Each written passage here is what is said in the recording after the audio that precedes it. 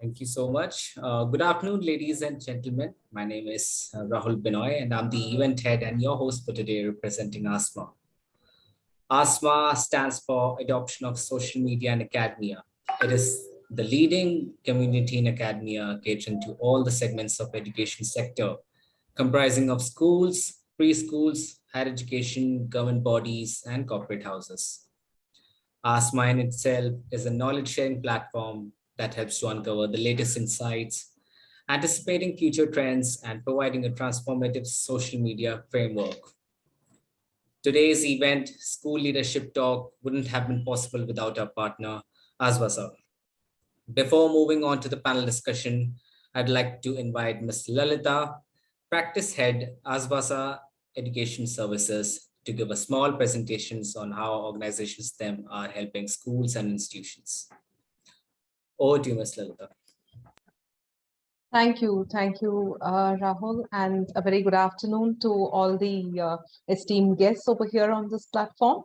Let me quickly share my screen and I'll just take you through a presentation wherein we will be discussing as to how we are helping schools to cope up with the the changes that are happening in the field of education. So let me quickly share my screen.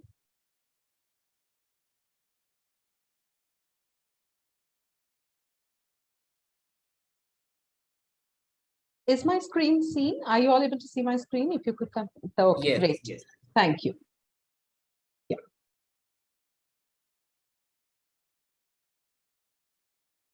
Right. So the first thing is that education sector has been seeing a lot of change, right? And especially in this past 1.5 years, we have been seeing so much of new development happening. And academic year 2020 and 2022 till 22, at least as of date, will be earmarked in the field of education, right?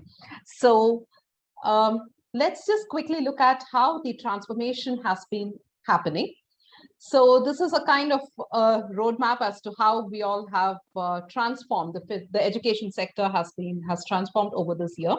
First thing, the pandemic struck in 2020, and we all had to go from an completely offline mode to an online mode. But yes, the educators have just picked it up in a jiffy, and we moved from an offline mode to a completely online mode. Then 2020, the new education policy, the guidelines was released. So there's a lot of amendment that's required for the schools to comply with the NEP. 2021, the online is still on. So we are all still in the online mode. And now the CBSE has come up with the new assessment pattern, in which there are quite a lot of new changes, so that we are able to continue with the regular pattern of assessment, or with a little bit of change, but we are able to assess the students to understand how well they are able to cope up, and yes, also to help them learn better. Yes. Now, before we move further, I would just like to kind of give it's a reinforcement on the difference between assessment and evaluation.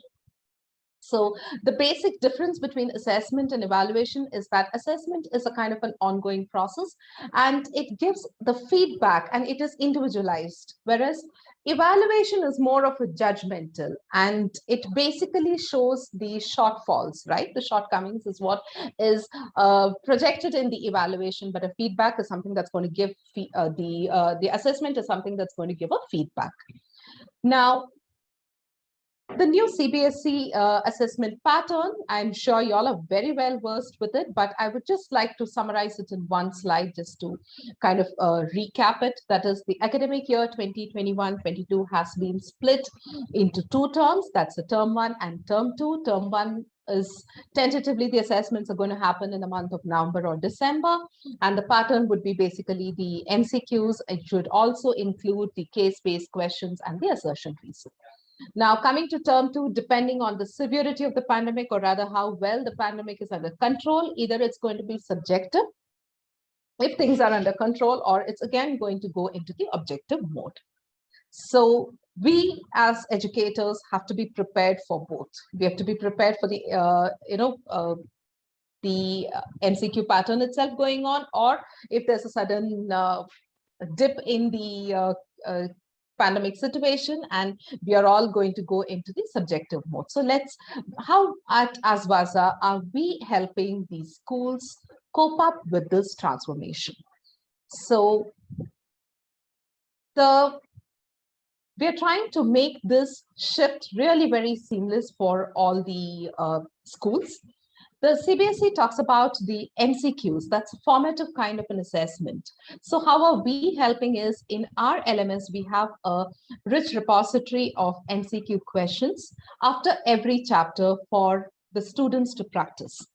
Then the case-based studies, we also have a question bank wherein, and we have these case studies in place. And again, it is tagged to global, local, and inferal as per the requirement of the CBSE, right? And this is also available for the students to go through a number of times. And yes, we have the assertion reason questions, which becomes a part of the quiz. So these are some of the things that we already have in place in our platform, which is going to help the schools and the students, teachers to kind of have a practice and reinforce on the concepts so that we prepare the students for the coming assessments. Now, the term 2 talks about subjective pattern. So subjective is definitely going to involve a lot of pen and paper. There's going to be writing, the short answer, the long answer. So we also provide a rich repository of questions in the form of a question bank, wherein we have the descriptive answers, we have the questions which are based on, which are going to be of the short answer type, we have the case studies, open-ended questions, everything in place. Now, the internal assessment, according to the CBSE, the unit tests play a key role. It's going to have a major portion of the internal assessment apart from the subject enrichment or the projects that are going on, right? So for the unit test, what do we have? At the end of every chapter, there is a quiz which can be assigned to the students, and the students could take it up, and the scores that they get after that assessment can be used as a unit test scores. So our quiz is all of the formative pattern, and the questions are tagged to knowledge, application, and higher order thinking skills to ensure that we cater to the learners of different levels in the class. Now, the NEP 2020 has given us a lot of guidelines, and the schools have to transform. So there's a lot for us to cope up and to reach to the expectations and meet up with the expectations of the NEP 2020 to align with it. First thing is, it talks about the integration of technology. There are a lot of guidelines which are there in the NEP, but here I've just highlighted the, the key areas. So first is the integration of technology in teaching, learning, and assessment. So our platform provides a lot of resources for content delivery, for assessment, and also for the reports and analysis after the assessment has been taken up by the students. It talks about the value integration of values and skills into the curriculum, into the lesson plans. So our lesson plans in the platform, whatever is available, already has value-based sessions. We kind of are, one of our learning objectives of our lesson plan itself is value and skill. So we associate a value, we associate a skill with every chapter, and we have sessions which are going to lead to achieving that value and that skill inculcation in the children. Next is, it talks about the transformed pattern of assessment, wherein we want to move from the subjective. The CBSE has also said that we would be in near future moving from subjective to more of a formative kind of an assessment. So the quiz which is there at the end of the chapter is completely aligned to what the requirement of the NEP is. And NEP is also giving a lot of emphasis on the professional development of the teachers. We also offer the platform with a lot of training modules which are going to definitely enhance the skills of the teachers. So NEP 2020 basically aims at reforming the kind of education system that we have been following for years now into a more child-friendly platform wherein there's going to be holistic learning. It has a varied, it focuses on varied learning outcomes, which are all going to aim at developing the holistic development of the student. And even the CBSE has now reforming the way we've been conducting the assessments. So there are a lot of changes that are happening. And with the learning management system that we have at Azvasa, we are aiming at helping the schools to transform and completely adapt to the NEP 2020 guidelines and to the CBSE, so that we are focusing not only on the content delivery, but we also focus on the assessment, on the pattern of the reports that are generated, the specific reports that the teachers get to see, so that we are able to reach up to developing the students in a holistic manner. So definitely this, the content which is available here with us is going to help the students, the schools, to transform into a 21st century school. So this is a very short presentation wherein we've just shown you what is available with us and how we at Azvasa can help the schools to transform into a 21st century school. Thank you. Thank you so much, Lalitha ma'am. That was quite a detailed and informative presentation, I must say. And I truly believe our audiences will get richly benefited out of it. Let's move on to the much awaited panel discussion of the day. I'd request the audiences to keep yourself engaged by dropping down your questions in the chat box for our speakers to take up. The topic of today's discussion is reimagining assessments and learning outcomes in the post-pandemic era. I'd like to warmly welcome the eminent speakers we have in here today with us, starting from Ms. Seema Gupta. She's the principal of Universal High School, Aurangabad. Welcome, ma'am. Next, we have Mr. Nageswara, principal, Sanghamitra School. Welcome you, sir. Then we have Ms. Aditi Goradia, managing director, Billimoria High School, Panchgani. Welcome you, ma'am. Then we have Ms. Anjali Razdan, Director Academics, Solan Public School, Solan. Welcome, ma'am. And next we have Mr. Dilip George. Actually, he'll not be able to join us in this panel discussion round due to some emergency. Now, finally, the moderator of this August panel, Ms. Regina Lobo Kaul, Head Character Development and Leadership, Samsidh Group of Schools. Welcome you, ma'am. Thank you so much once again for accepting our invitation and looking forward to a healthy and informative deliberation. Over to you, Regina, ma'am. Thank you so much, Rahul. Thank you very much, Lalitha ma'am, for the wonderful and informative presentation on assessments and the solutions that are provided by the Azvasa Education Services and the learning management system. It is amazing to be on this ASMA platform for a panel discussion powered by Azvasa. And it is such an honor to be seen, even though it's virtual, with such inspiring and esteemed distinguished leaders from the field of education. I truly appreciate all of you being here today, including the wonderful audience that we have today, who I know are waiting to hear each of our panelists enlighten us with their excellent insights. So now, without wasting any more time, let us turn to our speakers to answer some of our questions to understand the assessment and learning outcomes in the post-pandemic era. So my first question to our panelists is, how has the new CBSE exam pattern changed the way assessments are carried out post-pandemic, and how would this really impact our students who are going to be assessed in the future? How is this going to affect their assessments in the future? So may I request Anjali ma'am to please take this question first. Yeah, thank you so much, Regina. Thank you, Rahul. Thank you, everybody. It's wonderful to join in once again. Not once again, I think it's many times again that I've come here. The question is pretty huge. I don't know whether we can, attempt it in one go, but I'll try to make it as short as possible. See, I think to go into the post-pandemic era, we better go first to the pandemic era and kind of think and analyze what exactly happened, and pre-pandemic era. So I think there are three steps to that to understand what are we doing now.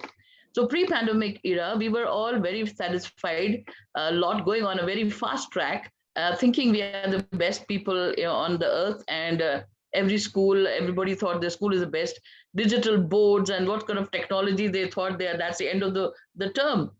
And then came pandemic, then came the COVID times, and it was a big shocker because the technology did not end with that one digital board which we had in the classrooms and some sort of lessons which are aiding in education, and that we thought was the greatest, but it just started from there. So it was a lot of adaptation that everybody learned. People at the peak of their careers, people at the base of their careers, or whatever range that was, everybody learned and everybody started adapting. The first, I would say, 2 months were a little shocker. So everybody was stunned. And then after that, the shock when it started sinking in, and we thought it's something like 6 months to maybe 8 months that's going to finish and we are going to come back. But we never realized it's going to be that long, and it's going to be a life changer for all of us, including the students, the parents, and the teaching community themselves. So what happened? So we started adapting to technology because that was the only, should I say, the channel by which we would survive. Otherwise, the education system, the whole pattern would have literally collapsed. I cannot say for other corporate sectors or other jobs or other professions, but education depended most on one-to-one interaction. The kids were there. It's a human interaction process. It's not just technology, but going from human interaction to technology was itself a huge change, and it's still going on. It's evolving. So that was there, and then adapting, the children adapting the very things that we were telling the kids, that don't touch a mobile phone, you cannot bring mobile phones to the schools, you cannot use them in the classrooms, and so on and so forth. I have myself, kind of confiscated kids' mobile phones because they would do it on the shy. But now we're telling them, please use it, please use it, please use it abundantly. This is the change of scenario, and it's going to probably remain. Okay, so now what is the change? The change is basically in technology. And one more significant change that has happened in 2019 is the introduction of National Education Policy 2019. It went on to 2020 as well. I was in one of their, boards where they would discuss in every city. There was panels discussions on how is it, what is it, whether it can be implemented, and what are the pluses and minuses, and whether we had. So there were a lot of discussions in most of them, and then ultimately it got sorted out, and it came and became a law, and which is happening today. So what were the things? It was at that time, it looked very, very idealistic. Oh, holistic education, no rote learning. Oh, it's not possible. But never mind. Let's see how it goes. It was 2019 before the COVID struck. And once it kind of COVID struck and the education policy going side by side, trust me, whatever are the features of education policy of 2019, the last was, I think, something like 36, 37 years ago. This one is absolutely customized. Probably, I don't know whether God knew that this is going to happen. It customized and revolutionized the Indian education system. Maybe only in theory, but in practice, what has happened now is sinking in. Because when technology took over in the education, and the very fact that kids were on the screens now, so there was no backbencher and there was no front bencher, right? They're all there. They're all there. So now the teacher has to get on with, how do I put up all the matter to these kids so that it goes in? It's a conceptualization more than completing my syllabus, because entire world, CBSE, all the boards said, drop it. We don't want the syllabus completion. We just want the kids to somehow get on in touch with the what's going on. So there's no need of rushing and hurrying up, because technology was one part which was all being able to cope up. So putting it together, the the transformation that happened was the kids anyways are born in the era which is technologically savvy era. They are. There is no doubt about it. Whereas the teachers on this side of the fence are the ones who are discovering it. So coping with it. And a stage came where the children would tell the teachers what to do. Ma'am, press that button, ma'am. Am I audible? This is the common sentence, which has been the common sentence of 2019, 2020, and 2021. Am I audible? Am I visible? These things are constantly getting on with everybody. So children are the ones who would direct it. So it was such a collaborative platform that happened, and such a lot of learning where the kids would tell a teacher, ma'am, press that button. I think now it's going to come. Am I visible? Stuff like that. Number one. Number two, so many tools came in the forefront. I'm talking about the technology and the apps and structures which would make learning interesting. And trust me, I'm a seasoned teacher of 42 years. I feel that whatever we were having those hidden kind of potentials, I wish I could do this. I could make it a little more clearer. These tech tools, made it possible.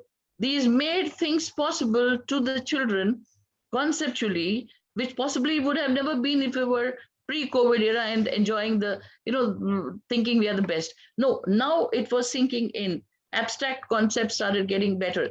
So that, and added to the NEP 2020 now, it is blending. It makes sense now that when it's talking about critical thinking, the 21st century tools, it's all there. The presentation held by Lalitha ma'am right now, it's about nothing but 21st century education. Now you have it this way, you better have examination patterns is different, which we might, discuss in the later part. But the entire, unless you don't teach the children in a certain way, assessing them in another way is not really, I would say, healthy. Teach them and then assess them, and it should be in the common platform of thinking. Don't teach them in one way, assess them in the old-fashioned way. It wouldn't make sense again. So I would say that, yes, post-COVID, and with NEP being its backbone and the pushing unit, yes, teaching learning has taken definitely a wonderful shape. And only thing is, it has to be sustained now. Once the schools reopen in physical contact methods, the whole issue, whatever the teachers and the schools have learned, has to be implemented, or else maybe in a course of a year or so, it'll start dying. But I don't think it's going to go back. We're going to go forward. I hope that answers the question. Absolutely, ma'am. Thank you so much for that great insight. Aditi ma'am, may I request you to give us your insights into this question? Yes, thank you so much, Regina and Team ASMA. I absolutely love this topic because it's very close to my heart. I'm very anti-exams because anti-old school exams. So it's such a pleasure to see the change coming, even if it's the pain of the pandemic that brought it. And I would like to touch base a little bit on what the CBSE has done with the new evaluation or assessment pattern. As it was mentioned in the presentation, that they've split it into two terms now. So there's not one massive board exam, your life is going to end if you don't do this feeling anymore, which, as Anjali ma'am was saying, that they're learning differently. So why are we still putting the pressure on the assessment in the traditional form?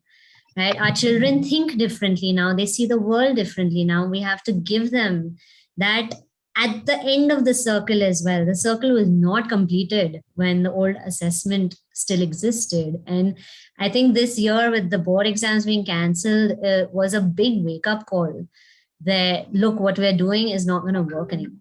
It just isn't. Whatever formulas they came up with for us to give those final numbers to the kids, it still doesn't complete it, right? Because for a child, imagine being a 10th or 12th grader in this past year, wondering the entire year, do I dedicate my life to studying for this exam or not? And what is going to happen to me? So one, splitting it is such a great move, because now it's a continuous assessment. It's no longer have sleepless nights for an entire year, maybe more. Some kids start in the 8th and 9th grade.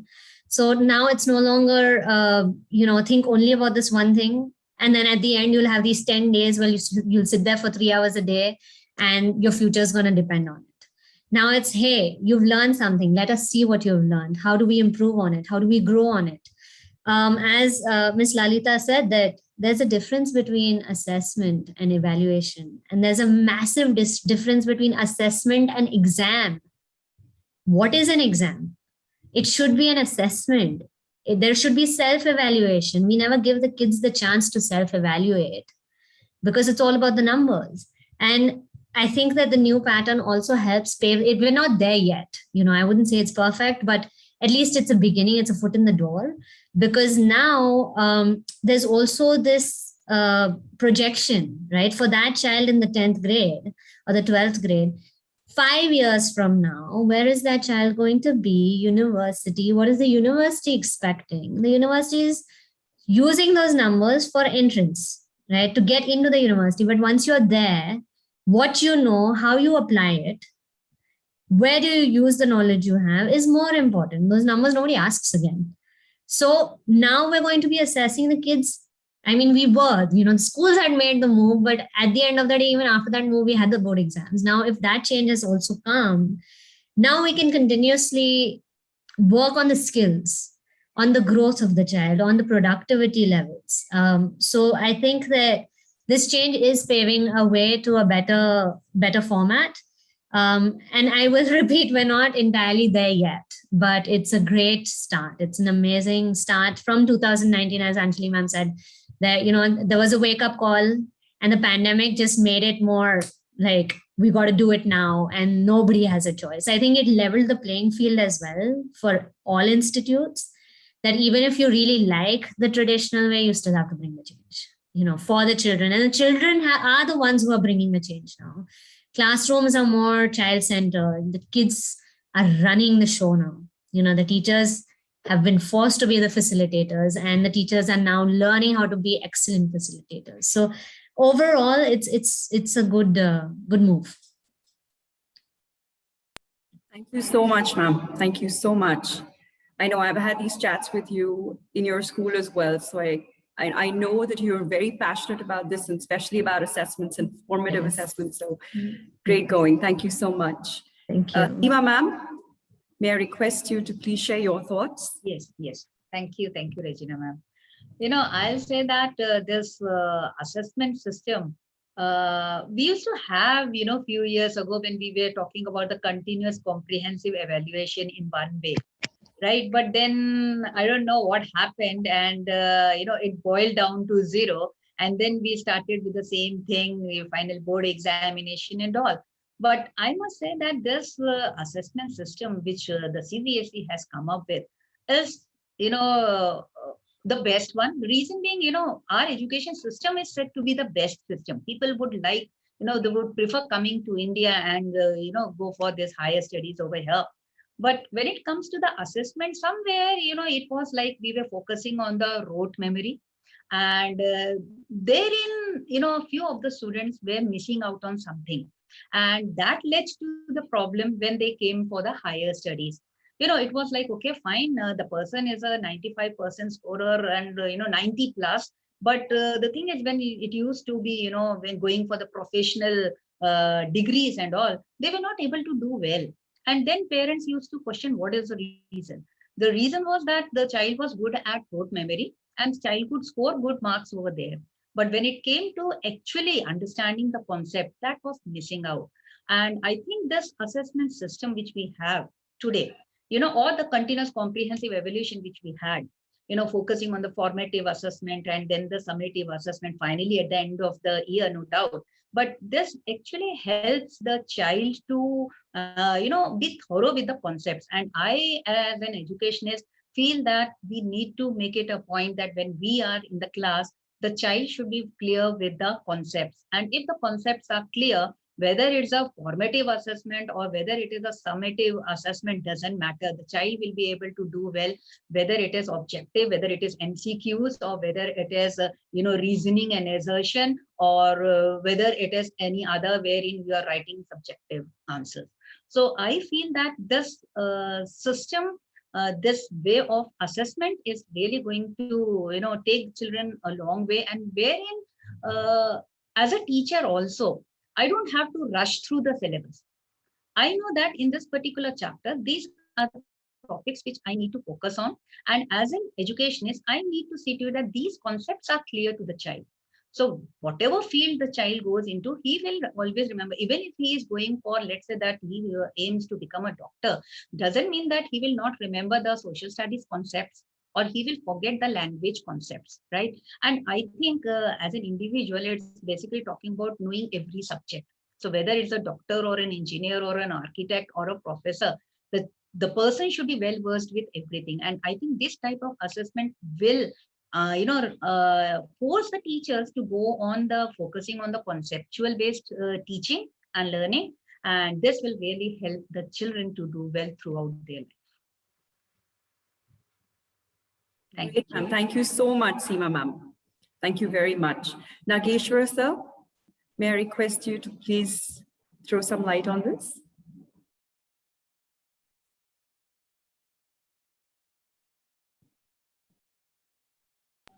So you need to unmute yourself. No? Sorry. Thank you, ma'am. This is how Anjali ma'am was telling. Children are reminding us because not techno-friendly. We have to learn so many things. So as life is, learning is lifelong learning. However, we have met here to discuss about students, but they discuss about us, what way they conduct the exam, CBSE, what changes are coming. So I feel the textbook, open textbook system is best system. The way you teach, whether the teacher is quality teacher or not, quality oriented teaching or not, assessment will be very easy if we give the chance a kind of textbook, open textbook system. Then the child automatically involves and learns as per the conditions of the home. Father, mother asks about the marks because marks oriented everywhere. Even when we are talking about in the panel discussion, who spoke very well, we talk about the rank 1, 2, 3. So it doesn't mean that we are really looking for that. So the child thinks in such a way, if there is no pressure, like Prime Minister interacted with the sports people before going to Olympics, if there is no peer pressure or pressure at home or pressure in school, no marks, definitely the child involves and learns effectively. And the assessment also will be very good, whatever the way CBSE conducts. Before they planned this, a lot of survey was conducted. As other ma'am was telling, continuous comprehensive evaluation was deleted because of 52% went against, 48% only went in favor of it. So the figures may be right or wrong, you can verify later. But it was very good. It was a challenging to the teacher. So a lot of work involved behind that. Even right now, we are also working 24/7. Beginning of the panel discussion, we discussed the same thing. So we have to learn and teach, not simply come and go, say something and test something. And this is your life, these are the marks. So we cannot decide like this. Example, if you take PISA, I don't know, many of you heard about that. PISA test was conducted across the world. Progress for international student assessment.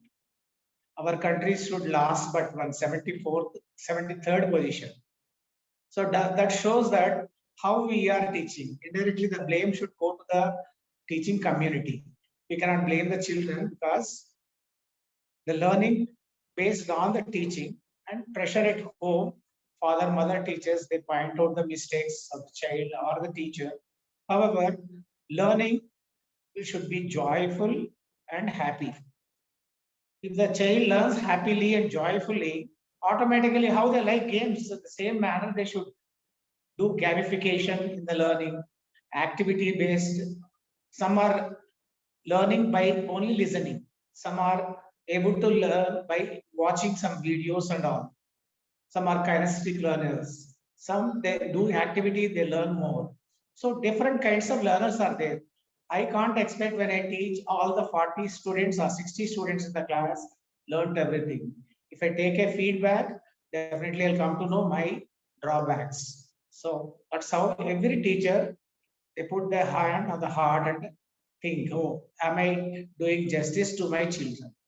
That's how inner heart they should feel and teach, come prepared. Then the assessment can be any pattern, they can do wonderfully well. MCQs are do and die system. So either they get 0 or 1. So by lottery also they can do. That is not the way. Actually, the idea behind them is 21st century skills, thinking skills, right? Reasoning, analytical, logical thinking. These all skills to be tested. Before that, the child should be given a chance. So that can be in the form of MCQ. I think whether you heard this old story or not, once in the beginning, MCQ was introduced. An intelligent boy has opted, circled all the options for every question. He scored 60 out of 60 or 100 out of 100. And these people got down and they verified. So this is the done. So that's how the children now Google seeing the answers and writing online tests. So we cannot trust everybody. That is a negative thinking. So positively, when you think, first you do justice to the children, teach well, and make them understand, take feedback, where they're lagging, reassess.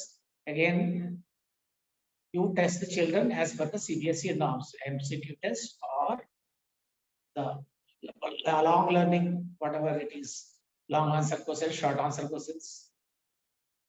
Assessments can be any form.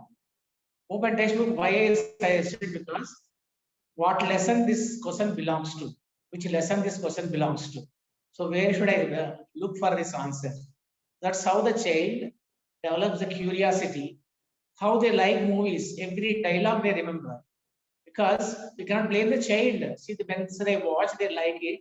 Whether it is a comedy or a emotional touch, they remember every dialogue and they try to imitate their fan, hero or heroine or a villain. The same kind of teaching should be on all kinds of learners should be kept in the mind. That is what I mean. Then the assessment will be perfect. They can do very well as per their knowledge. Thank you. Thank you very much, sir. Thank you to all of the speakers for answering this question so beautifully. What I have learned here is, and I'm going to pick this line from Anjali ma'am's response, we learned and adapted first to survive, and later to excel and grow. So it's no more about syllabus completion, but it's more about conceptualization. It's more about helping the children understand. And I think all of you have spoken about the same thing, about helping the children understand the concepts, and assessments should be based on really checking whether children have learned and to help them learn. So from what I've understood from your responses is that the new CBSE exam pattern will help the education system deal better with the current pandemic situation. It will help schools collate data on students at least biannually. And this step is not only significant, but it is one that is taken in the right direction. And these changes would ultimately lead to reforms that will outlast the pandemic, or at least that's what we hope. We don't want to step back or go back. We just want to move forward. What is laudable is the courage that the CBSE authorities have taken in embracing this much needed change. So kudos to them and to all of the institutions who are actually working very hard to ensure that we can adapt to the situation and learn from it and also help our children. Learning, I'm going to pick one sentence from what Nageswara sir said, that learning should be joyful, it should be happy, it should be helpful. So thank you very much. And let's move on to the next question. So our next question is, how can the new CBSE exam pattern pave the way for more flexible and alternative forms of assessment, particularly in the digital age? So I would request Aditi ma'am to please take this question first. Aditi ma'am? Yes, thank you. So as we discussed in the earlier question, that this move is just the beginning. It's the first step. As you said, that the CBSE has also embraced the need, or they've realized it. It took a while in coming. That realization, it really took a while, and there's a lot of stress across the country among the children. But, the children spoke up and the adults listened, and they realized, and they got together, and they came up with something new. So looking at, the new change that's come, it's not an incredibly drastic one. It's one that we have been working with for a while. As Ms. Seema said, that the CCE existed. So the realization that formative assessments should happen has been around for a while. I think the difference is that pre-pandemic, it may not have been taken as seriously. That, this is, so there was a time when internal assessments were basically also called cash marks, brownie points. That, we know this child's not going to do very well. Boost kar do. So that's now going to shift. And I think that's very good, because there's a sense of fairness now, that children have their own individual inclinations, and there has to be some kind of fairness across the board in terms of testing their individual aptitudes, or, assessing where they stand and where they need to be taken from there.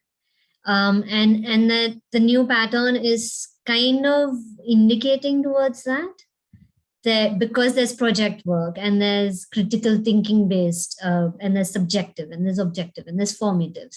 So it's all split up now, and we, as I think even when we were in school, we were also, a little of everything, but we were tested on the whole lot in one single rigid format.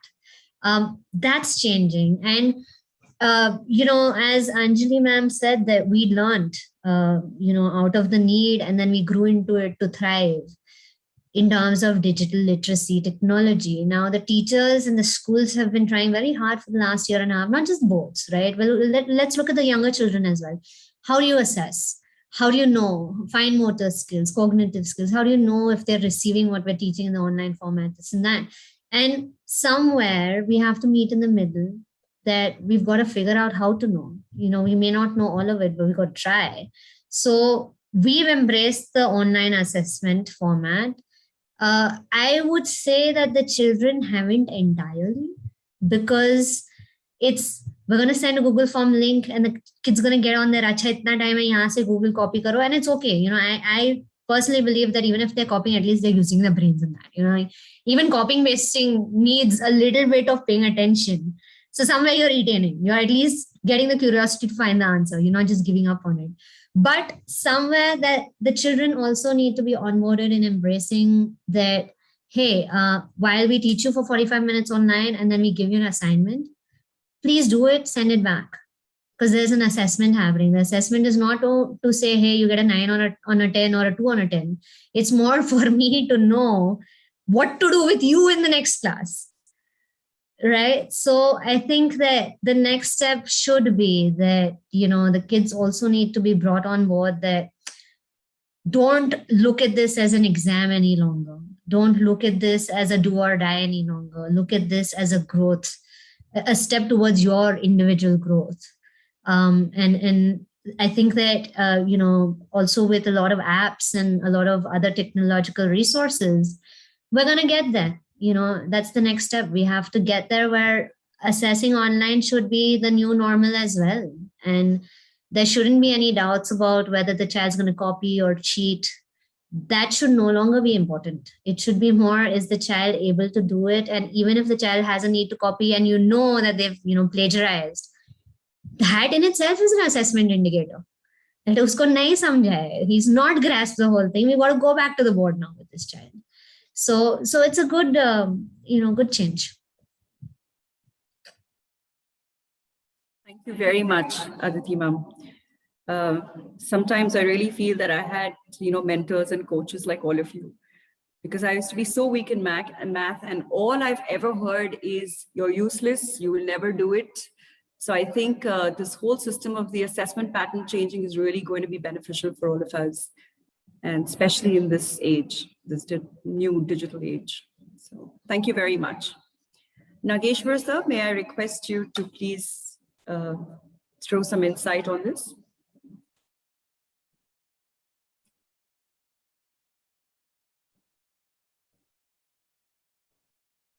So you're on mute.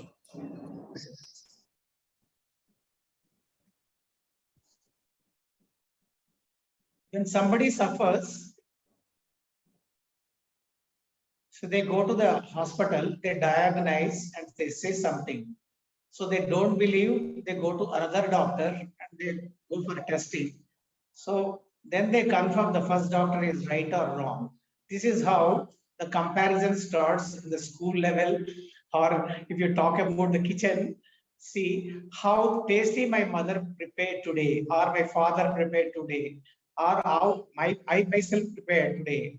So that kind of quality is everywhere there. The Zomato, Swiggy, these all before pandemic was there, after pandemic, during pandemic also existing. So testing is compulsory, madam. We cannot avoid. So diagnostic test is compulsory. So how much justice done by the teacher or educator, and how much justice done by the student after listening all the 4 skills: listening, reading, writing, speaking, 4 skills to be tested. Then they come out, they cater to the needs of the people in the world. A lot of youth are present in our India, 70%, 65 to 70%. No other such person is there in any other country. So they can do wonders if you take inspiration of Vivekananda or any other people from India. India was very rich once upon a time, that all gone, vanished because of our mistakes, our own mistakes. We have given opportunity to other people to take away all our things. So we are innocent, or what we call, you can call in any way, positive way or a negative way. People used to come and join our Takshashila universities, Nalanda universities from different parts of the world. That's how our credibility of India. That all gone. Now we are going globalization, going to America, Australia, different parts of the world, Canada, and joining there and trying to education because there are new resources. Everywhere politicization. So the marks, these are all the obstructions to learn and show our talents. So though they get 33 or 40 marks, they can become collector. Recently, I think you must have heard an IAS officer he got only 46% in 10th class, it seems. Later on, he improved. That was first one. Second real story, he would try to become a doctor, but he couldn't. He became a probationary officer in a bank. After retirement, he has written NEET exam, he qualified. Now he is pursuing medicine. His passion to become is a doctor. So who can stop you? Whatever you want, you can achieve. Only thing, we should give little bit freedom to the child to choose the course. Already the new portal started with the help of UNICEF by CBSE. So thanks to CBSE, excellent, accessible, free, no need of payment, any payment, no commercialization. They can do whatever they like, but only the parents should cooperate, and teacher also can guide very well. We are only just facilitators. Thank you. Thank you very much, sir. Thank you very much. Anjali ma'am, may I request you to please throw some light on this? Yeah, hi. I was just trying to recollect your question. Yes, ma'am. Let me repeat the question. Yeah. Yes. How can the new CBSE exam pattern pave the way for more flexible and alternative forms of assessment, particularly in the technology age, the digital age? Sorry to interrupt you, ma'am. Perfect. So my child was student of Anjali Razdan, ma'am. Wonderful. Ma'am. How are you, Nageshwar, sir? I wanted to say hello to you, but then I said, I never expected that I'll meet you in the panel discussion like this. Thank you, ma'am. God bless you, and God bless him also. I hope he's fine. All right. Sorry. So coming to your question, Regina. Thank you, sir. Coming to your question, Regina, is that what is the flexibility part? See, I think, see, it's not about CBSE only. CBSE had to change, and so will all of the boards change. Because when national education policy is going to be there, it's going to be adapted by everybody who's nationally there, in pan India. So whether it's ICSE, CBSE, all boards have to adapt to this change, because the change is inevitable. It is inevitable. It's high time that we draw our kids from that terrible drudgery of, exams and rote learning and stuff like that, and get into more open space for learning. And so therefore it came at the right time.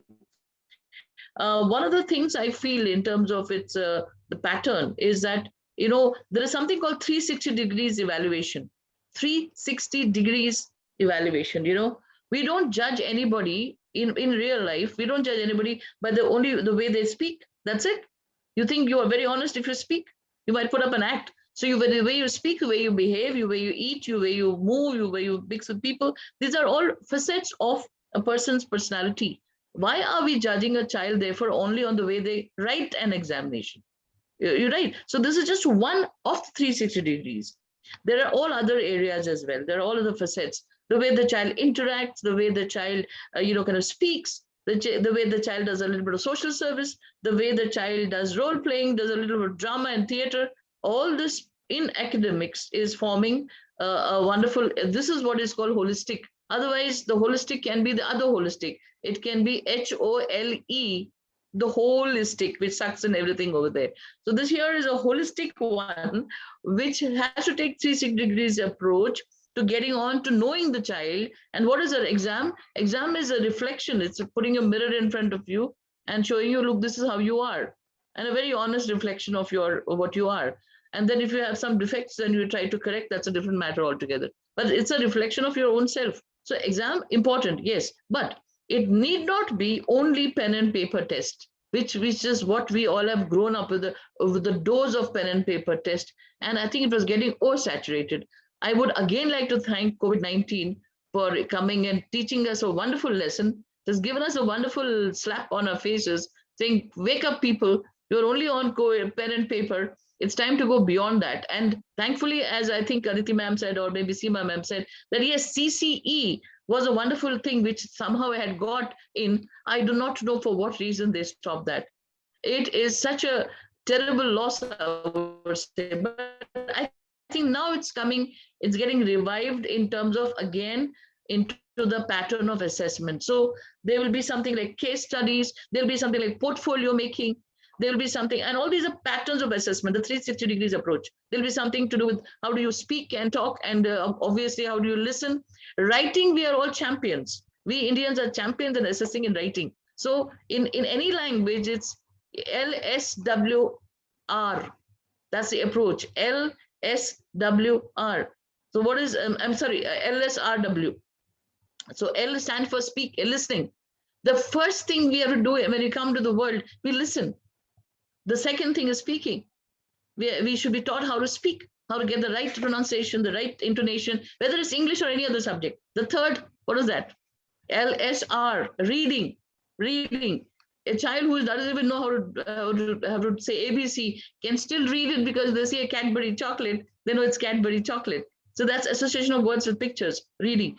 And the last of them is writing. But you know what we do in our schools, what we used to do, sorry, not now, is we should put writing on the top. Write, the kindergarten child with maybe 3 years of age was told, write down and take it and write down. And the more the child wrote, the happier the parents were, and the poor child, nobody knew how miserable was the child, but the rest of the people were so happy because my child knows how to write A to maybe F. And what is your child doing? Oh, my child is only doing ABC. Oh, terrible, your school is bad. It's only teaching the ABC. Mine is doing A to Z. You see, writing and capitals and small. That was they call assessments. So now if that is shifting into more 360 degrees approach, that the child can speak also, they can check and read also. And again, now what we're going to do is, if the teacher is not trained really, you know how the speaking is going to be, or the reading is going to be assessed? They're not going to teach much, but they're going to say, okay, we got assessment tests now.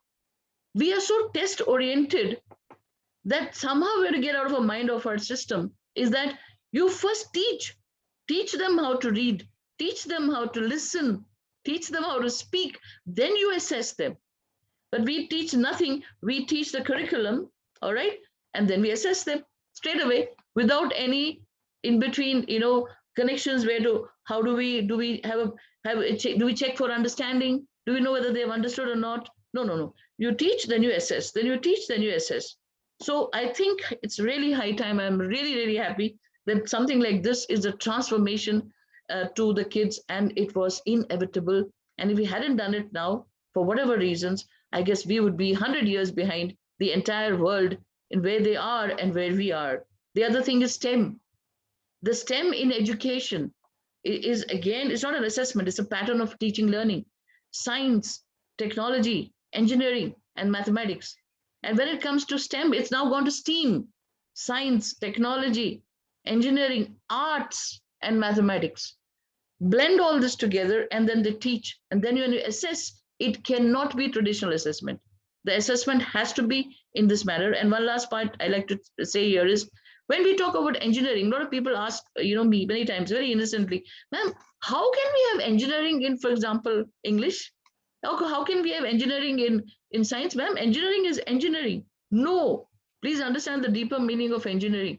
Engineering per se means to make or break a thing and to reconstruct it and to destroy it and to put it again and see which hook fits into what, hole or whatever stuff. That is engineering. The art of constructing and deconstructing is engineering. When we put that methodology in our systems, that is what teaching is about, and therefore construct questions now which will fit this kind of teaching. I hope I rest my case. I hope I'm answered. Thank you, ma'am. That was so beautifully said. You're right. So, I remember a situation from my childhood when I was sitting for the board exams. So we started preparation in grade 8. And I remember my teacher telling me that if it's a 5-mark question, you have to use at least 3 supplementary sheets. Keep writing. If it's a 10-mark question, I don't know how many more of those supplementary sheets I would have had to use. So that's what we learned as well. Assessments or tests were all about writing. The more you write, the higher the grade. What you write didn't make a difference. So thank you very much for sharing that, ma'am. Seema, ma'am, may I please request you to throw some light on this question? Yeah, first of all, when Aditi was talking about the examination, I was reminded of my class 10 board examination and class 12 board examination. It was like we were scared of that time. It was like, my God. And I do remember when I appeared for my class 10 examination, it was class 9 syllabus as well as class 10 syllabus coming together for the board exam, CBSE. And that was, that was like, you have to mug it up. Like most of the things you were supposed to mug it up. And, I really wish that I would have been student at this point of time. I could have done much better than what I did at that time. Me too. Yeah, right. It was, and, I was a person who was engaged in all the activities, everything. And it was like, okay, when it comes to the subjective writing, big, and I remember my MA final exam, my God, it was a big 30-page supplement which I had submitted. And it was like all this, writing continuously for 20 marks, one question. Can you imagine? And how much to write? My God. So I think this is a blessing in disguise. And the things have, CBSE was started with CCE, no doubt. And I was very happy with that system also, because this actually, test whether the child has understood the concept or not. And that is what matters at the end of the day, I believe. And now this digital age is a new normal, I must say. And this new normal, which we all have accepted, whatever age we are of, but we all have accepted it. And I must say that the alternative assessment, earlier it was like, okay, I remember letter writing English, letter writing Pressy writing, right? And letter writing that format to the principal, all that format, and you have to mug it up and you have to write. Essay writing, oh my God, 200 words essay writing. So I think these kids are really lucky, and this type of assessment actually matters. No doubt, I have seen a change in there also, like how good we are when it comes to letter writing. Our kids are not that good. I don't know what may be the reason. I think we can discuss on that later on. But I can see that they're not good when it comes to, writing a letter, writing an application. we were much better. No doubt, maybe we were forced to write and practice again and again. That's why we are very well versed with. But today, when I say alternative assessment, if I'm talking about the internal assessment, the CBSE has come up with various the subject enrichment activity, the multiple assessment, the periodic test, and then portfolio. These are the good things, wherein I think if I would have been there, I would have scored 20 out of 20. Which I could not, because it was just a subjective examination. On the other hand, when it comes to the final examination, or the CBSE has come with 2 board examination, they're talking about the MCQs, the concept. If I'm clear with the concept, I'll be able to do well. So that's a good thing. And this alternative assessment, whether it is the final exam or whether it's talking about the internal assessment, I feel that it's really a good package which the CBSE has given it to us. And when it comes to this assertion and reasoning and the case studies, lovely case studies. We used to think when it was like when you're doing MBA, right? But now it has started in class 9 and we are percolating it down to class 6 as well. So that's a great thing, and that's an achievement, I can say. And all the leaders who are implementing it and executing it in their school, hats off to them, and to the teachers, of course, and the students who are accepting it and enjoying it. And one more thing I would like to add, when we talk about this virtual assessment, lots of apps are there which are enabling us to assess the child on a regular basis. I teach an economics concept and I give the Padlet to them. I give them, like a Google form, an active worksheet, and that enables me to assess not the student, but my teaching, That's one of the things which I love, because I know because it at times becomes difficult that whether the child has understood or not. And when it comes to this virtual thing, class 9, 10, 11 and 12, they don't switch on their cameras at times, right? They don't find themselves comfortable. So I think that it enables us whether the child has understood the concept or not. So great. I think this alternative assessment system is good. Thank you. Thank you so much, Seema, ma'am. Thank you very much. I really feel, ma'am, from everything that I've heard and what I've seen, because I also work in the Samsidh group of schools, and I feel somewhere, many of my friends, educators from different schools, they've been telling me that this race to complete the syllabus is still there. Achieving higher grades, high scores is still there. So as long as this new pattern is going to change for the better, it has started now, and these ripple effects will, creep into the system. It will change things positively over time. And I'm really hoping that we understand what children are going through. Like many of you have actually shared it, in a very underlying way, that children today, they're facing, a watershed.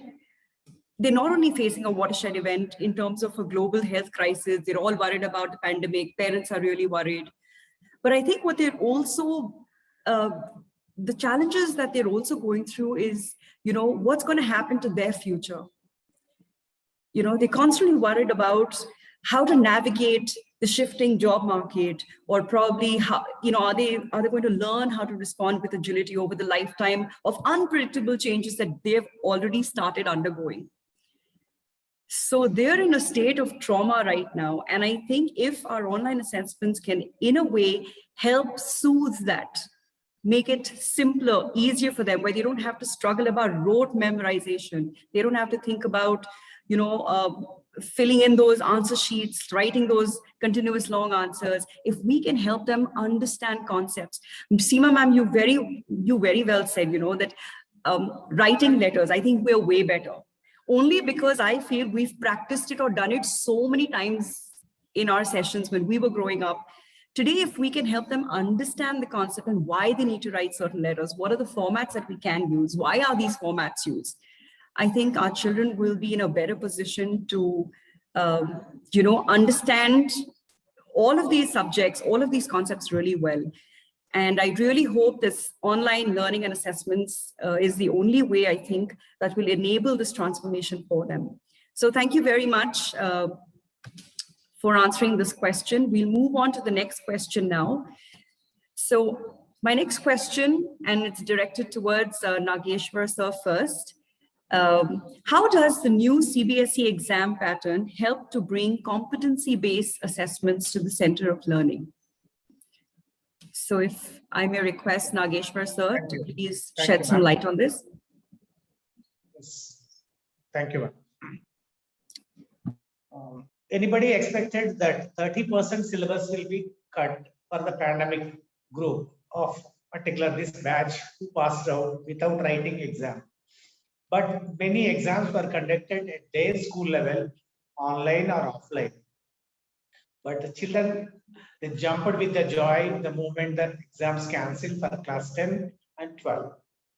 So that's how the child feels when the exam is cancelled, as that ma'am said, other people, other panelists also said.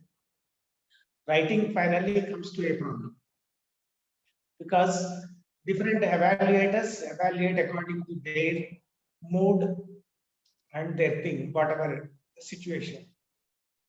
Though they give key points, but they follow their own methods. That's where the injustice is done. Excuse me. Children are given opportunity to challenge the evaluation done by teacher. That was not there in our time. So the change happening according to the situation which is happening in and around. Whatever it is, but finally assessment is on. It cannot be stopped. So the syllabus is divided 30% cut in favor of the students. Now the 100% syllabus divided into term 1, term 2. So part of the syllabus they can forget, though the connectivity is there or not there. So second part they concentrate well. First level will be completed in the school level. So this is how child will be very happy. Part of the syllabus is completed at the school level. Remaining can be assessed by CBSE. So this kind of situation is very joyful, really, and very happy to the child point of view. We should do the justice according to the previous discussion. Then only the child learns effectively. Thank you. Sorry for. Thank you very much, sir. Thank you so much. Seema ma'am, may I request you to please share your thoughts? I'll say that it will really help, because the thing is, we are checking the competency. We are focusing on whether the child is competent enough. I'll make it much easier and simpler when it comes to this aspect. So it's focusing on whether the child has understood the concept or not. And the thing is, earlier it was like I was talking about my school days. So it was like class 9 syllabus as well as class 10 syllabus. Now the syllabus is the same, but it's divided into two. So basically the thing is, what we are interested in, whether the child has understood the concept. We test him or her for that particular portion. And once the child gets through that, and then the second portion is there, and he will be going to appear for that. So basically this is the bifurcation which the CBSE has come up with and specified. The CBSE has also specified that fine, if pandemic is there, like the 4 situation they have given, if both the time pandemic is there, if first time pandemic is there, the normal situation, if this is the normal situation and there, or both the normal situation. So the thing is, CBSE has been, very clear about it, all the possibilities taken into consideration so that there is no confusion. Last year, we had this confusion wherein what's going to happen, like 15 days before we came to know no board exams, that way. So that clarity is there, and the syllabus is very well framed, rationalized syllabus they have come up with. So keeping in mind that all the concepts are clear and there is no repetition of the same thing. Like when we study any particular, let's take social science. So the thing is, if it's the same concept which is repeated in the other chapters also, they have done away with it. And they said that, okay, this concept is cleared. As a teacher, I also know that, okay, I have to teach over there in the 3rd chapter. I finish it in continuity because the child will be, or the student will be able to understand the thing in a much better way. So that the syllabus is rationalized. No doubt it is the NCF 2005 on which the syllabus is based on. But only the thing is, now it is bifurcated into, and it is clearly given on the CBSE side that this is the syllabus, and they have also the thanks to CBSE, like they have seen what the children have gone through last year. So this time they were extra alert about everything, all the possibilities, all the situation they have taken into consideration, and they have come up with the curriculum. This is the way the assessment will be there. And the CBSE is also going to come up with the framework also, wherein we will be sharing whatever the assessment. It's like internal assessment, SEA, portfolio, or multiple assessment. If I'm talking about that, was for the complete year, but now it's for first term and it's for the second term, and then we are supposed to upload. So the thing is, the clarity is there, and the thing is, whatever assessment it is, whether it's talking about the first board exam and the second board exam, it's basically focusing on one aspect, that the child has to be clear with the concept, so that when the child goes outside, he's able to fare well. Thank you so much, ma'am. Thank you very much. SAFL, structured assessment for analyzing learning. Yes. That was very good, excellent. That is, if I don't know how many of you are like. Yes, sir, absolutely. Anjali, ma'am, may I request you to please share your thoughts? Yeah, I would rather go to define competency first. What is the definition of competency? So competency defines as the ability to kind of be excellent. You are excelling in a certain skill or many skills, and you are doing it very well. And the opposite of competency would be, so we are now into a very competent state of our affairs. Not only education. My internet is showing unstable, so maybe it might be just going off for some time. But not only in education, but also in all of the spheres. Competency and skill-based features are the norm of the day now. So if the CBSE is saying competency-based, it means that they'll be focusing on core competencies, the core skills. Forget about the nitty-gritties. Focus on the core skills. Our curriculum is so vast with a lot of core skills and, the surrounding skills. Don't need the surrounding skills. The surrounding skills will automatically come in. So focusing on the core skills is one of the biggest features of getting competent in that skill. Number one. Number two is that a multidisciplinary approach. I mean, an approach is going to be where one skill is going to be taught in different disciplines, through different disciplines, interconnected, which is a very, very important feature, which it had started a little bit in 4 or 5 years back, but somehow it was not taking a good shape. A multidisciplinary approach is the need of the day. How is physics or science connected with music? How is music connected with mathematics? There are connections, but we don't show them. Why? Because we ourselves are not taught that way. All right.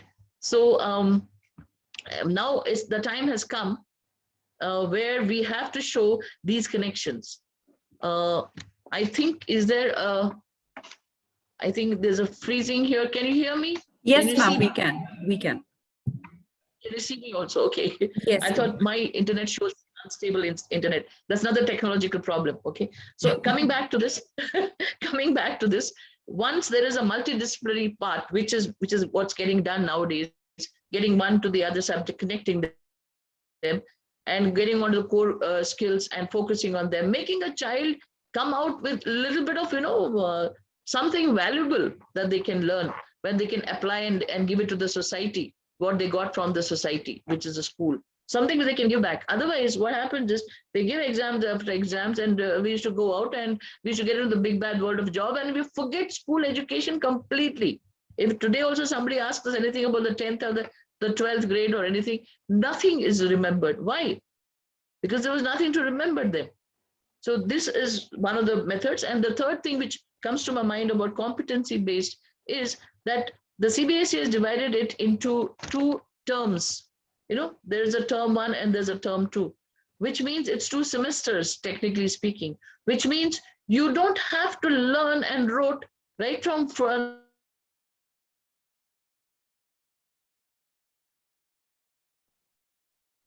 Ma'am, we've lost your audio, ma'am. From then here to the last, appear for an exam, finish it off. So you have to be competent. You don't have to be rote learned. You don't have to be a parrot. If you learn from here to there, appear for that and know what it is, and appear for that and know what it is, that's the job done. Why were we teaching them from here to there and testing them every now and then again and then testing them for the whole thing? Isn't that a torture or a trauma? So I think if those things are taken out from the system, and obviously it brings in competency. I remember one of the time that we were having an audit in my school, and we had the teachers were told to do this from here to there and all. I had introduced this thing about semesters. I said, why should we penalize a child if you are appeared for exam from here to here, and the portion is here to here, then test them and you find them okay, fine, forget it. Go from here to the next, test them, fine, forget it. But there were a couple of teachers, where we had the mindset, no ma'am, but how can we do that? What will happen at the last exam? So the last is not last. The last is from there to there. As simple as that. It was considered sacrilegious of what I talked. I'm talking about 10 to 15 years back. What are you talking about? I said, that's exactly what I'm talking about. You don't need to remember from year to year. If you're here to you're competent, finished, go forward, finished, go forward. That's what is now happening. So they got 2 terms and they got the semesters, and each one you don't have to rote learn for the next semester. Appear, done, give it, period, finished, go to the next. So I think, in my opinion, this winds it up. Interdisciplinary approach, outcome-based learning. Yeah, that's another thing I forgot. Outcome-based learning. We don't have to bother about what is the inputs. Inputs may be thousands, but what is the outcome of the child is very important. So that's what is the learning nowadays happening. I mean, as per the NEP, that it is based on, there's a wonderful quote in English which says, if the child hasn't learned, then the teacher hasn't taught. I repeat, if the child hasn't learned, then the teacher hasn't taught. Or the teacher saying, oh, I taught so much, I don't understand why they don't understand. That's because you haven't learned, you haven't taught. You're not taught using multiple intelligences. You're not taught using various phases of learning and teaching. But you think whatever you're taught, the child will learn. No, the child didn't learn. So outcome-based learning, very important, which is now a new thing coming to competency. Thank you. Thank you so much, ma'am. I'm going to keep that in mind, outcome-based learning. Thank you very much. Aditi, ma'am, may I request you to please give your thoughts? Thank you, Regina. I absolutely agree with what the other panelists have said. And I will repeat your question. So what is the new pattern? How is it helping with competency-based assessments? So Ms. Anjali was nice enough to explain first what is competency, like how do we define it? So I'll take it further from there. Let's look at what they are planning to do, which is MCQs, multiple choice questions, case-based questions, objective questions, reasoning type, questions, projects, case studies. I would like to emphasize one thing about multiple choice questions. It takes a lot more to be able to answer multiple choice than it does to answer in paragraph form or in sentences, because multiple choice really triggers your critical thinking skills. They can be very confusing, and they really stimulate, the imagination, the critical thinking of the child. So this is what the plan is going ahead. Now let's look at where we came from. Regina, you spoke about it. Ms. Seema spoke about school days. I can go on and on about my phobia of mathematics, but what we came from. Imagine we're in 9th grade and hey, it's time to spend the next 24 months preparing for this massive exam that is going to dictate the rest of our lives at the age of 16, right? You're 14 and somebody's telling you at 16, it's a do or die. You do this, you make it. If you don't do it, God knows what's going to happen. So you got that mental thing. What do? What do they teach you how to do? You make a schedule. And what you do is n numbers of sample papers. If I gave my 10th board in 2002, so papers from 97, papers from 98, papers from 99. So you're repeating to a point where if you've done it enough, when you ask a friend to ask you a question before the question is finished, you have the answer wrote word for word. Absolutely. That is not competency. The only competency you have there is you were a sincere enough child to listen to the adults in your life and sit there for those 8 to 12 hours a day doing the same thing over and over again, conditioning your mind. You did a great job at conditioning the memory centers of your mind, but the rest of it went for a toss. So that's where we come from. Repeated writing. You were talking about the number of pages you had to write. I remember somebody telling me, just take a ruler and measure. If it's a 5 mark, it should be these many inches, right? So because we would teach children not to learn, we would teach children how to take an exam because it was so important. We've taken that out of the equation and said, hey, learning is important, right? So competency based. Every time, as Ms. Anjali said, you learn one concept, let's assess it. How much did so we say this at Billimoria, that if you teach them 10 things, assess them. Maybe they learned 5, maybe they learned 6, and that's okay. Now, as a teacher, you need to try harder for the other 4.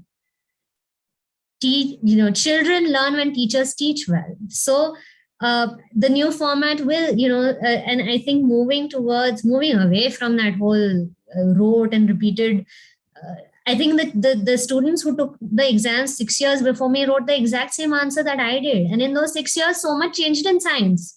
How was their answer the same as mine? And whatever I wrote back then, children were still writing 2 years ago. So if the world is changing, our assessment system has to change because our learning system has changed. Our children have changed. So it's definitely helping. I think but I will warn of one thing. It looks great on paper. It's the implementation that we should worry about. Because when you say CCE back in the day, or you say projects right now, at the school levels, in the classroom level, the implementation of it has to come where the teacher doesn't say, go to these 3 websites and copy paste this to make your project. It has to be, child, think about what you're doing and let me know. The way we used to write thesis in university, that's now trickling down to the younger ages. And I think it's amazing, but it has to be implemented well. Otherwise, all of this is meaningless. Thank you so much, Aditi ma'am. Thank you very much. So I agree with what most of you have said, that competency-based assessment is actually a journey that the child has to take and the school has to take with the child to ensure that the child gets an opportunity to use those competencies in the future, use those skill sets in the future. And, it has to be a very learner-centered approach. So thank you very much. Before we ask the last question, I would request the audience to start posting their questions, if any, for the panel in the chat box. We will open it for Q&A right after this question, the last question is answered. So the last question to our panelists is, how are your educational institutions going about preparing students for this new exam pattern? And what are the crucial challenges that you're still facing? So may I request Anjali ma'am to please throw some light on this?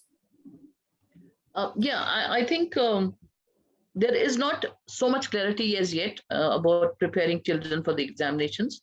I must admit that, because everybody is evolving, and so is the CBSE evolving. So every second day, third day, they are getting circulars about, how do you do with this, how do you do with that, and now circulars about get yourself trained in this, get yourself trained in that is also happening.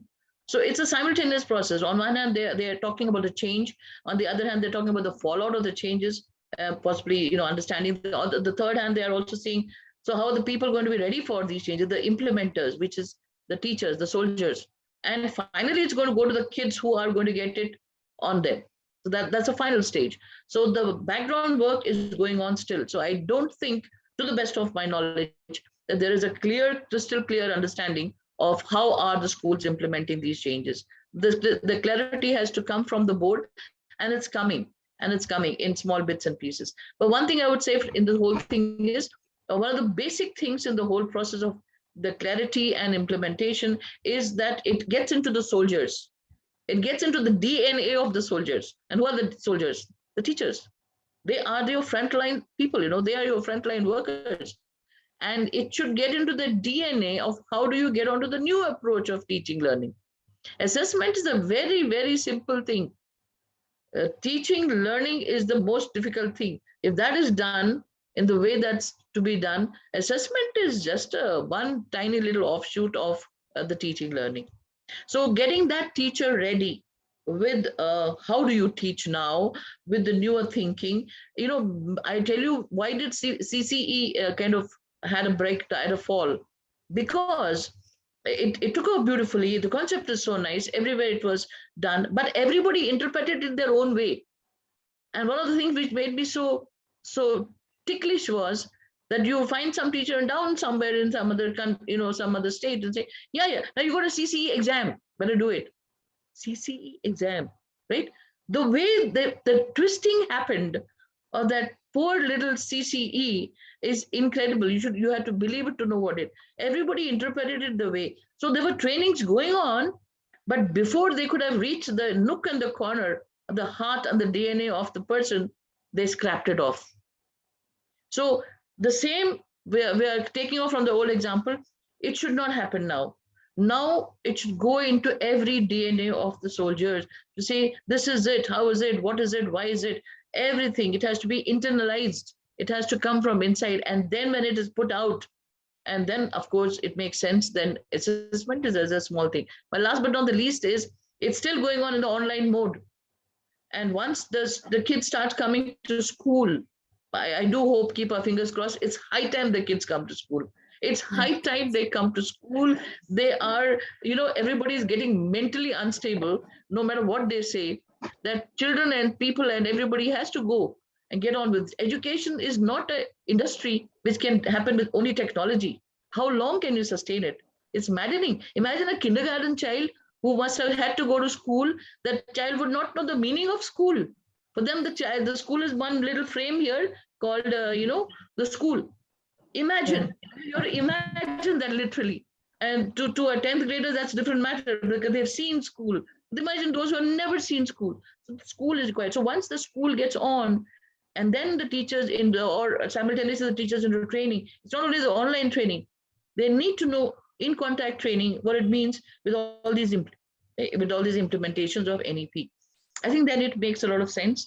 So my core focus would be teach the teachers first, get them more competent, and then I guess assessment is a peanut comparatively. Thank you so much, ma'am. I completely agree with you. My 3-year-old son keeps telling me, Mama, please take me to a real school. So thank you very much, ma'am. Aditi, ma'am, may I please request you to share your thoughts? Thank you, Regina. So I think I'm on the same page about that it's just come out. They've just, it's taken them 1.5 years to figure out what it is that we're heading towards. And it's a process, it's not going to magically happen.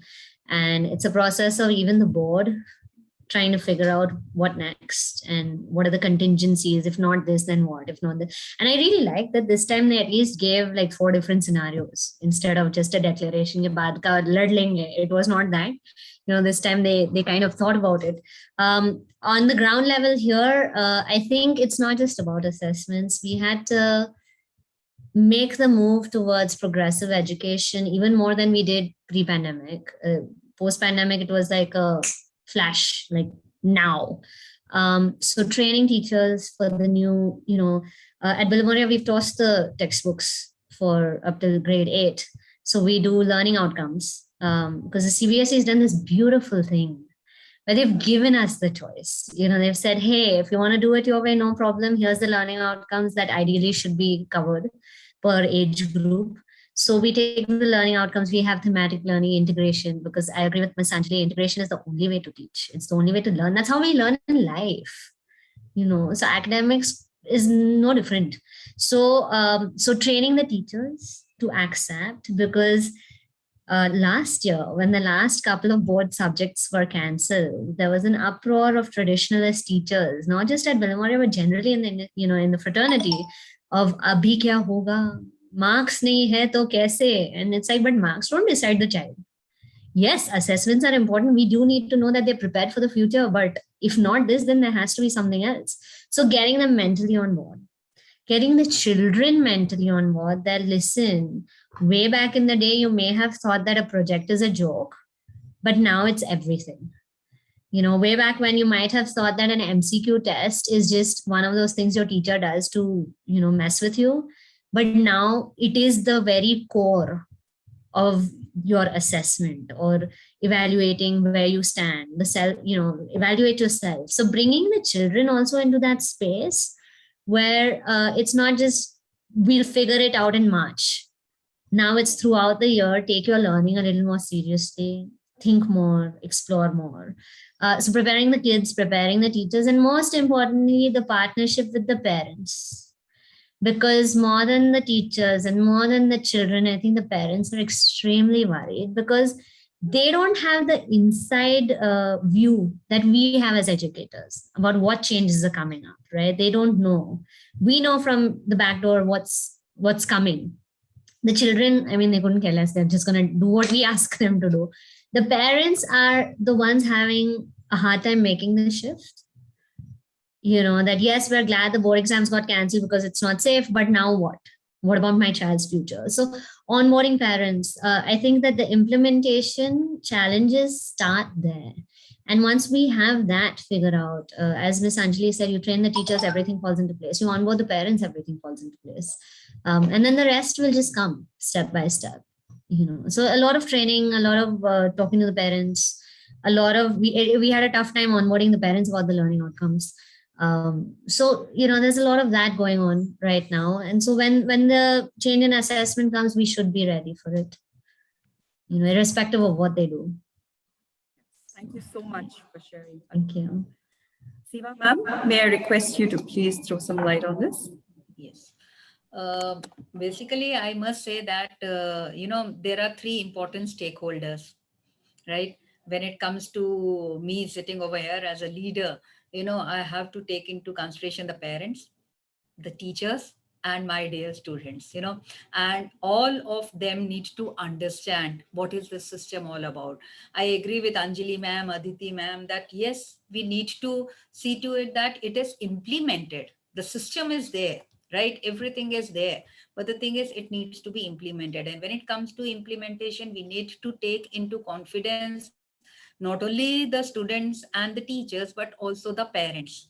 Parents are, more concerned about, because they have seen that old system of assessment. So the children, after all, they will accept it. Like they are the one who can easily be molded, like ma'am ne bola hai to fine, it's correct. But when it comes to the parents, they may be adamant at it, like what is it? And they don't know, like when it came to the assessment of this board examination, when we were sending the marks and all, I hope everybody will agree. Still the sensation is there. My child got less in this. My child got more. I never wanted that the child should score more in English and Hindi, but why less in science? The reason being my score, the previous year score was less and my hands were tied. So who will make them understand? The question arises there. So the thing is, we as an educator, as an felicitator, we need to, first of all, take the teachers into confidence. Like ma'am said that, yes, they are the soldiers. So we need to take them into confidence. Whatever you are doing good. But now the thing is, you need to keep in mind that this is the way you're going to assess. And the thing is, like Anjali ma'am was talking, I totally agree with her. Teaching is not for assessment. Isn't it? Ki bhai padhaya aur kal test le lo. No way, not at all. It's like basically it's a process. Today I teach and I take a test or not depends on me, and it may be an informal test, but I know that whether the child has learned whatever I have taught or not. The reaching the child is very important. So our teacher must understand that we need to see to it that the child is clear with the concept. I always say concept clarity.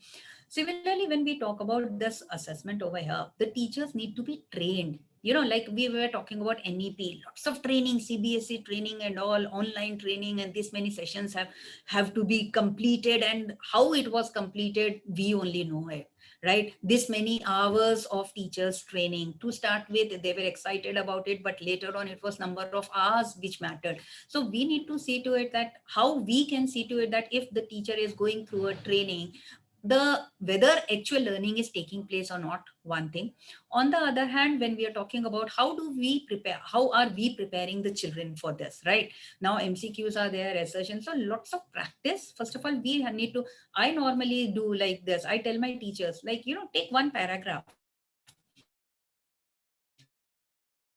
And the thing is, whatever are the possible questions from there, it's not all those 5 questions which are there at the end of the chapter. Don't just focus on that. That's basically if it is a subjective examination. But here, every paragraph, what are the important key points? And you can ask the children to frame the question based on it.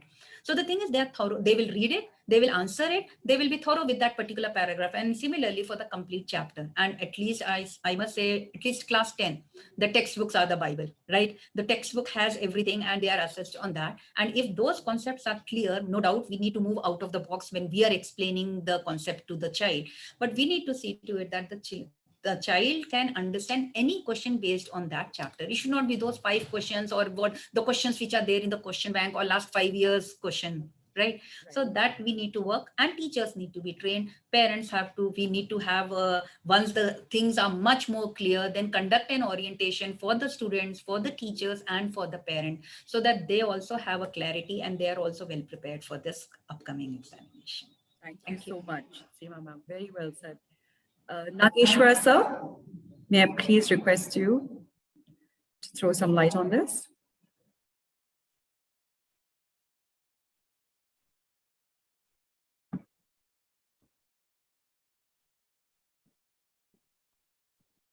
I think his screen has got frozen.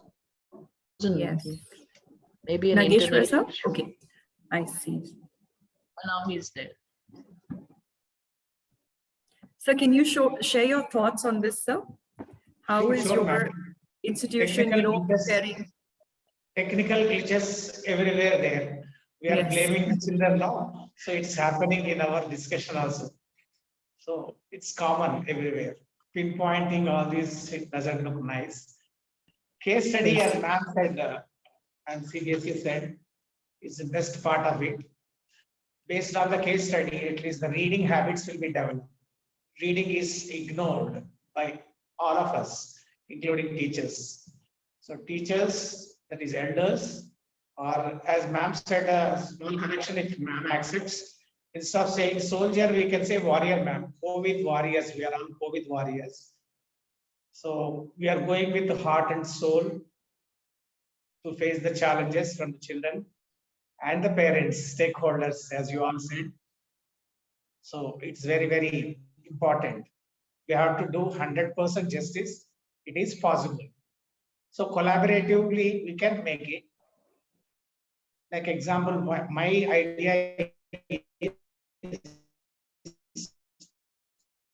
doesn't mean that everybody should accept my idea. Form a committee within your school, because we have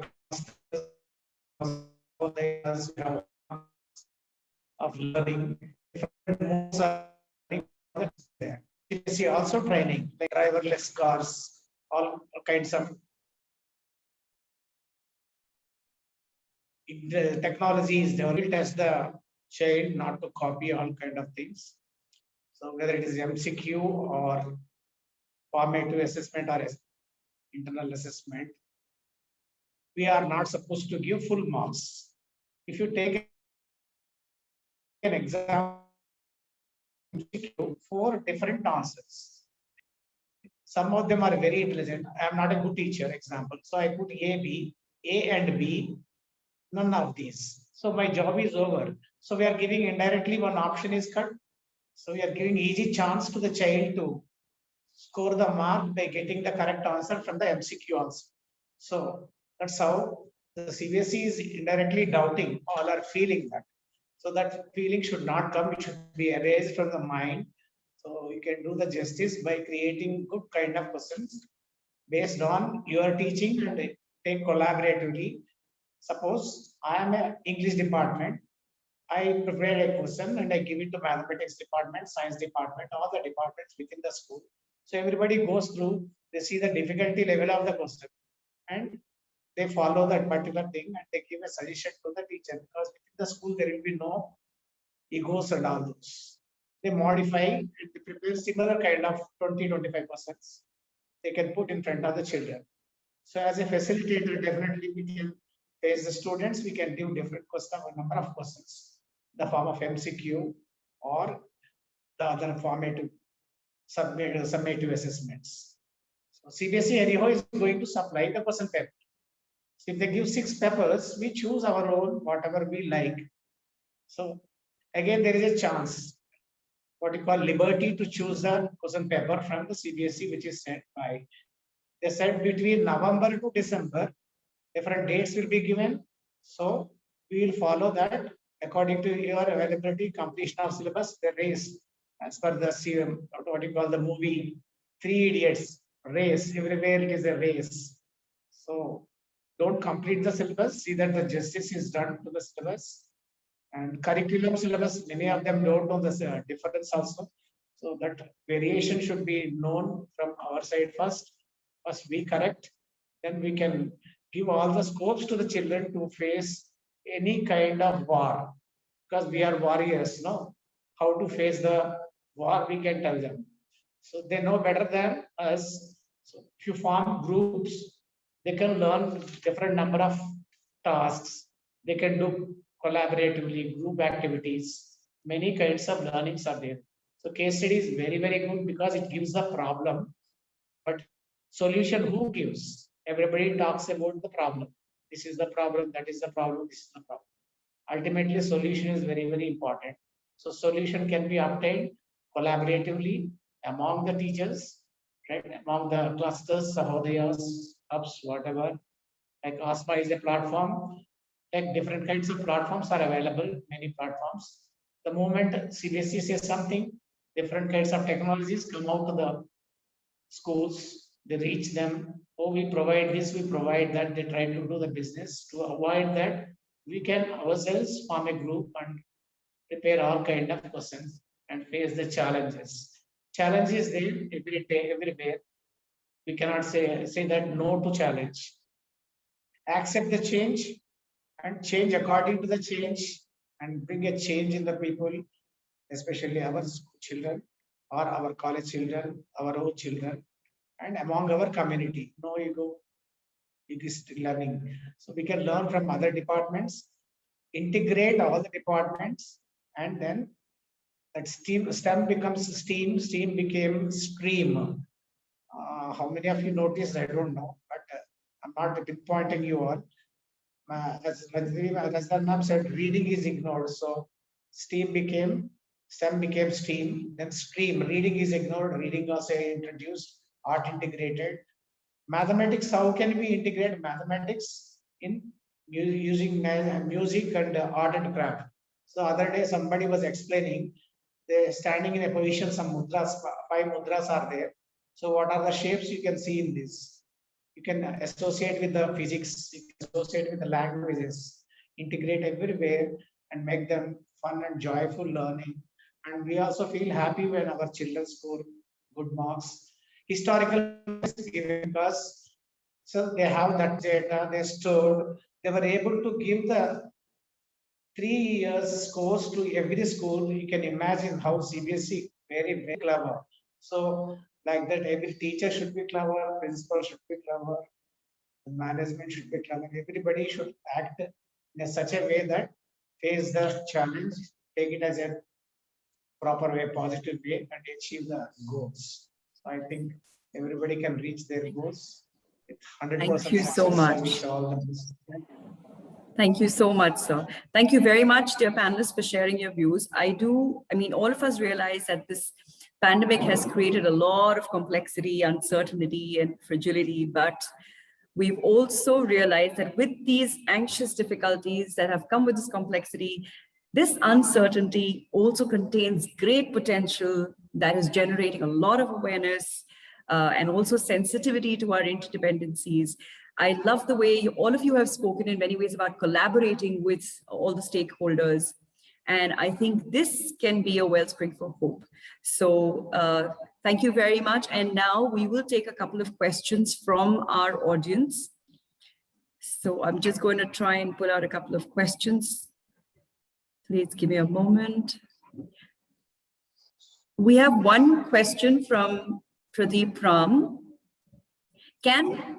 So Pradeep Ram sir has asked us a question which says, can we understand the foreseeable implementation challenges and possible solutions that we would come across if we were to implement the new assessment patterns in our schools? It's not addressed to anybody. So if anyone from the panel would like to address this question or talk about this, I will read the question once again.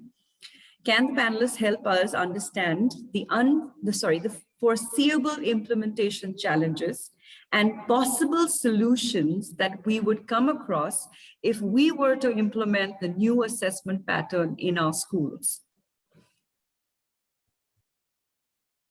Can I make an attempt?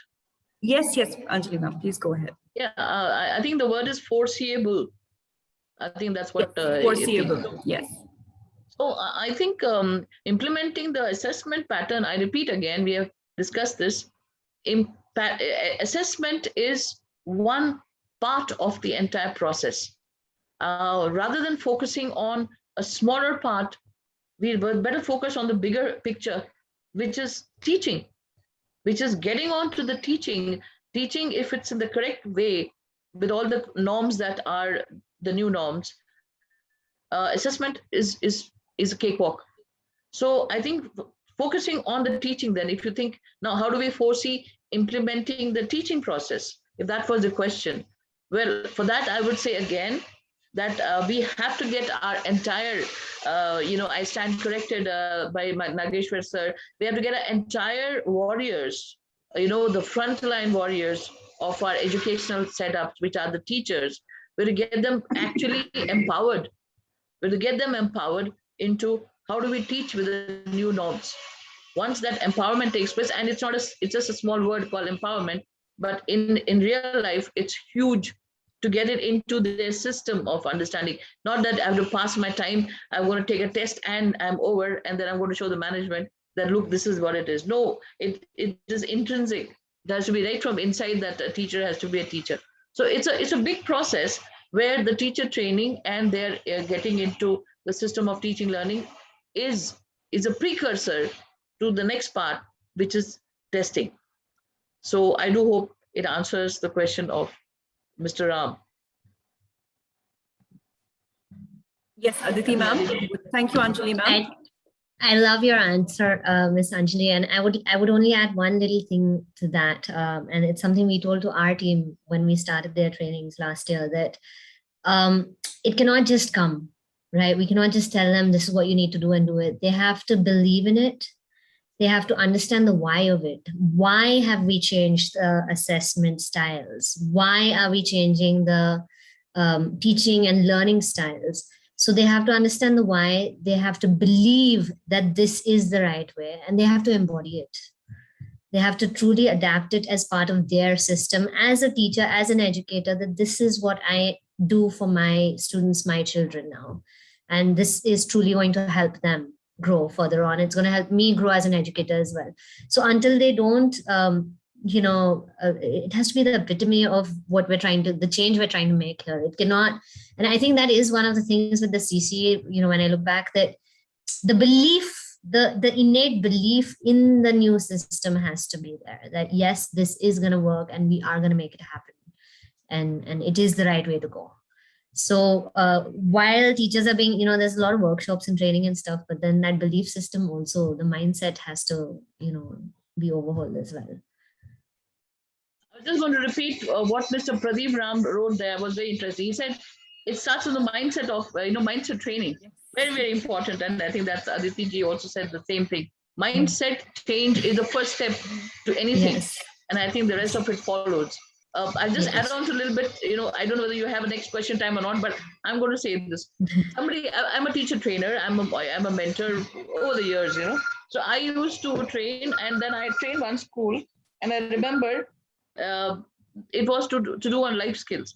So they said, no, we want competency-based training. So I said, all right, well, I think I am competent enough, and I'll see that they can be. And one of the when they attend, I said, you attend. I told the managers attend and then see whether the competency is there or the incompetency sets in. So what was that? Life skills. It was about empathy. It was an interpersonal relationship. It was about decision making, critical thinking. It was an ocean. And at the end of it, the person was like awed. He said, this is competency. I said, imagine if you don't have teaching with these kind of features. What do you think? is competency. Competency is not a little elephant or a bear or a tiger. This is, we want competency based. We're going to ride on it. Competency is these areas you put into your system, and then it gives the effects. So sorry, that was not the question, but I thought this is very much related to, That's wonderful. Thank you so much, ma'am. Thank you so much, speakers. Thank you so much, our wonderful esteemed panelists, for sharing your thoughts, for giving us the time to be here and exchanging your ideas and sharing these best practices that are happening, in your institutions as well. Thank you very much to all the participants, all the audience that has been here. I hope all of you enjoyed this amazing discussion. I wish we had more time to learn from these valuable resources that we have in this platform right now. I request Rahul to please, propose the vote of thanks. Thank you so much. Thank you so much, everyone. That was a phenomenal deliberation. And I'd like to thank all the eminent speakers for all their time and support. Regina, ma'am, you did a wonderful job moderating the whole session, And again, it was such a joy hosting you all. Anjali, ma'am, Aditi, ma'am, Seema, ma'am, Nageswara, sir. Thank you so much for all your time. And I really hope that you too had a wonderful time as well. Yes, thank you so much. And now finally, I'd like to thank our wonderful audience. There's a feedback link in the chat box, I think. Yes, please do fill it up to get the certificate. Also do follow our social media handles to get all the updates on our upcoming events. Thank you so much, everyone. Stay safe. Thank you so much. Thank you, Rahul. Thank you, my colleagues. And I think we enjoyed it more than anything else. Thank you so much. Thank you so much. Nice interacting with all of you. Thank you. you. Bye. Thank you, Nageshwar sir. Bye-bye. Take care.